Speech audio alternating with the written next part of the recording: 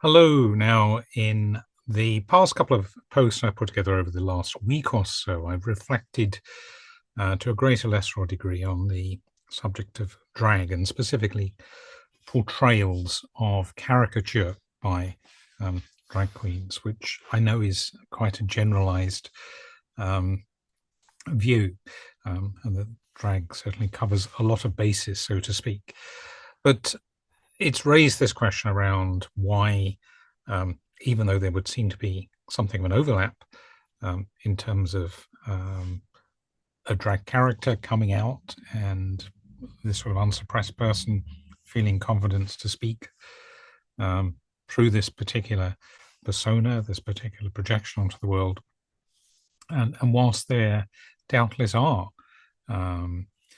drag queens who overlap with those of us who call ourselves under the trans umbrella, that most of us who are identify under that umbrella don't particularly relate to drag in any strong way. And I'm talking specifically here of, I guess, male to female drag and those of us in the trans community born into male bodies who identify as female, at least some of the time. That's simply because that's what I can relate to. It may well be that the same principle applies to drag kings and female to male as well. But generally speaking, most of us don't relate. We can't project onto, we can't identify. We don't get particularly interested in the drag culture any more so or less so than the majority of the population. And indeed, if my own sort of anecdotal feedback I get from some friends of mine, even less so than some in that broader community. So what is this about? Well, I suspect there's quite a number of things going on. Probably the most obvious one for me is around the question of who or what I can project onto. Now, that may be mirroring or projecting onto someone I see on a television screen or staring at me in an image on the internet. Can I relate to that presentation? Can I vicariously see myself portrayed, as it were? And also whether it's something that I myself would feel comfortable presenting. Would my personality come alive were I to have a drag personality? Now, because I've never tried that, in truth, I don't know.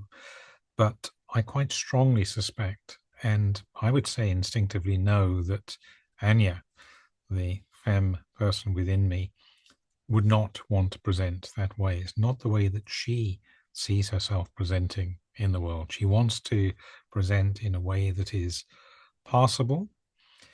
Now, arguably, I guess those drag queens that fall into the area of the female impersonator, and therefore presenting deliberately trying to create an illusion of possibility, as it were, passability, let me say that word properly, could be suitable targets for projection. And I know a lot of female impersonators impersonate the great and the good in the world of show business, for example. But essentially, it's being who she wants to be with her own style, which will vary from time to time depending on what particular mood she wants to express. And yeah, just actually presenting in a way that is authentic or feels authentic for her. So I think there is this,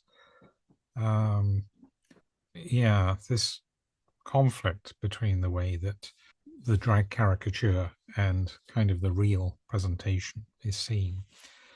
I also wonder if there's something around a topic that I've not actually touched on for a while, and we'll come back to at some point. There's a lot of questions I asked around this and a whole series of videos I've started posting on the subject of subconscious sex. And again, that is how we want to see ourselves, believe ourselves to be accepted by and seen by others in the world. And for those of us on the spectrum with this male to female dysphoria, that means being acknowledged as female, presentable as female, and I guess attractive, and certainly accepted as authentic. So I think that may be another factor that's coming into play here, this desire for what we might call our authentic portrayal, and that too not being something that maps on very neatly, or doesn't map on at all typically, to many of the portrayals of drag queens that we see on RuPaul and similar shows. Well, I guess maybe the way to try and answer some of these questions may be for me just to give drag a try at some point, really to create that character, or have someone create that character for me, and see if I can actually get into the spirit of it and what I might learn from it. I have to say, having said that, it's not something that has a particular draw to me. It's not something I feel particularly interested in wanting to try or keen to try. But perhaps at least I have an openness to the idea, maybe something to explore a little further down the line. Anyway, just a quick thought there. I'm sure there's much more to be revealed on this topic, and doubtless it's something I may come back to again in the future.